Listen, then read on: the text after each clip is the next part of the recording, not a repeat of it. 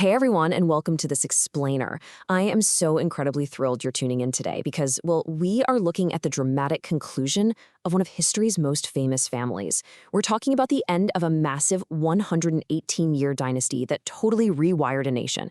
We'll be breaking down exactly how the Tudor era came to a close, what they actually changed, and why their legacy still sparks so much intense debate, over 400 years later. Let's get right into it. To really understand the end, we've got to set the scene. Picture this. It's Richmond Palace, down in Surrey, March 24th, 1603. Up in a private chamber, there's an exhausted 69-year-old woman who is dying. But she is fighting it. She's actually refused to go to bed for days, instead sitting propped up on these cushions on the floor, eating almost nothing for weeks. The glittering image of Gloriana the Queen still shines in all the court portraits, but the reality in this room is quiet, it's tired, and it's just deeply human. 44. I want you to just think about the sheer weight of that number. That is how many years Queen Elizabeth I had been on the throne. By 1603, she was nearly 70, which was an extraordinary age for that era. But it came with this heavy, heavy cost of isolation. She had outlived basically everyone she trusted. Her chief minister of 40 years, Lord Burghley, gone. Walsingham, gone. Sir Francis Drake had died at sea. Even her last great favorite, the Earl of Essex, well, he had rebelled and been executed just 2 years prior. She was really the last of her era, completely alone at the top. You can literally feel the tension of those final hours. For 45 years, Elizabeth refused to name an heir to prevent political factions from tearing the country apart. But time had run out. Beside her on the floor kneels Robert Cecil, her closest advisor. He gently asks her if she wants the Scottish king to succeed her. Too weak to even speak, she is said to have made this tiny, settled gesture, simply pointing to her head to signal yes. A few hours later, the Virgin Queen, the very last of the Tudors, was dead. Okay, moving on to part 1, a peaceful succession.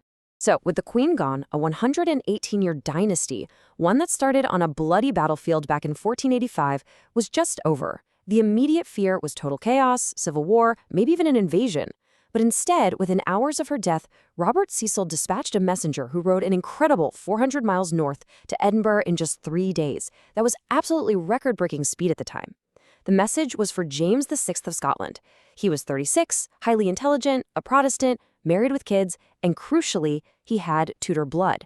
That very same day in London, without a single sword being drawn, he was peacefully proclaimed King James I of England.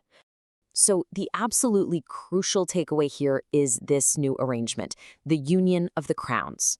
England and Scotland now shared one monarch, even though they remained completely separate countries for another century.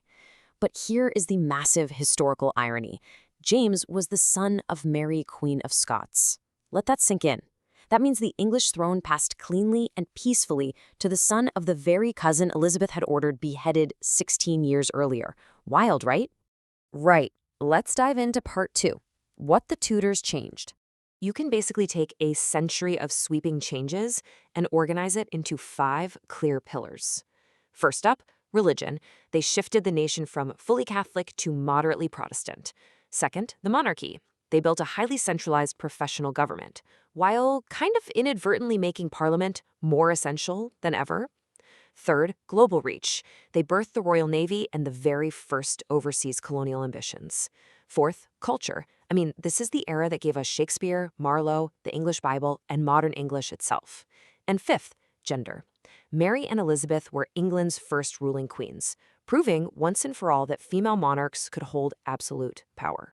Just to highlight how lasting these changes actually were, look at the religious settlement. The Tudors made the Church of England the official established church. To put that into perspective, today, over 400 years later, King Charles III still holds the title of Supreme Governor of the Church of England, a specific title literally invented by Queen Elizabeth I. That is a direct line of legacy right there. Now for part 3, what stayed the same? If we sort of look out the window at the everyday people, we see the limits of this Tudor transformation. For the vast majority of ordinary citizens, life really didn't change much at all.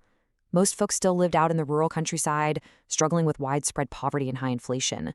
Illiteracy remained the total norm. That rigid class system at the bottom, pretty much untouched by the dazzling politics at court. The Tudors didn't fully modernize the nation. They really just laid the tracks for the modernization that would come in later centuries. Which brings us to part 4, re-evaluating the legacy.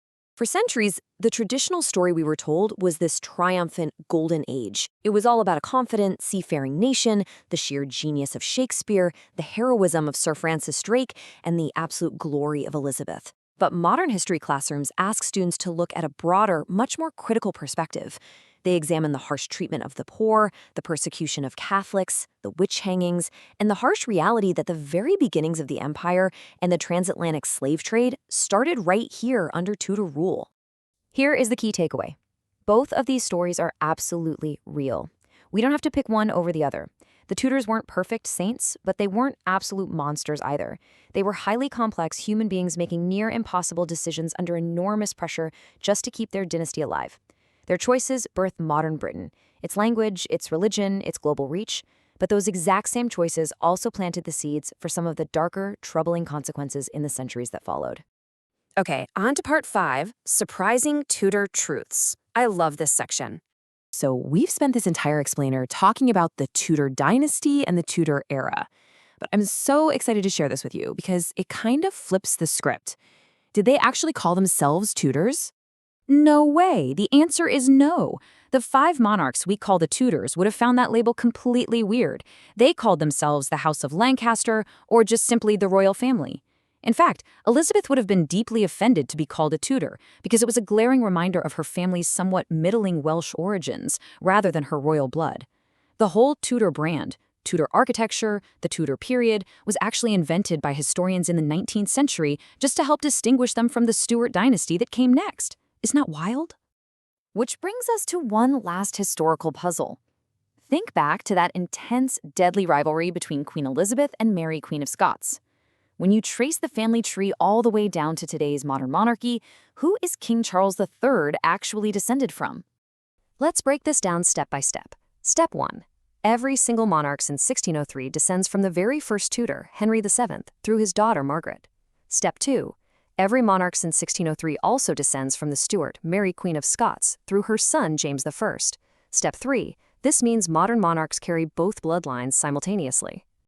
It is literally the ultimate irony of history. Elizabeth spent her entire life fiercely protecting her throne, ultimately executing her rival cousin Mary to secure it. Yet just 16 years later, that exact same throne was inherited by Mary's child. Today, over 400 years later, the British royal family carries the blood of both the Tudor and the Stuart, the executor and the executed, the rival queens, forever united in every single monarch. And that leaves us with this final thought. The world the Tudors lived in is long gone, sure, but the consequences of their actions, the church, the government, the language, they surround us every single day. What we choose to remember about them tells us a whole lot about our own values today. So I'm going to leave you with this. Knowing how complex and layered the Tudor legacy really is, how do you think history will remember us 400 years from now? Thank you so much for exploring this fascinating history with me, and hey, keep questioning the stories of the past.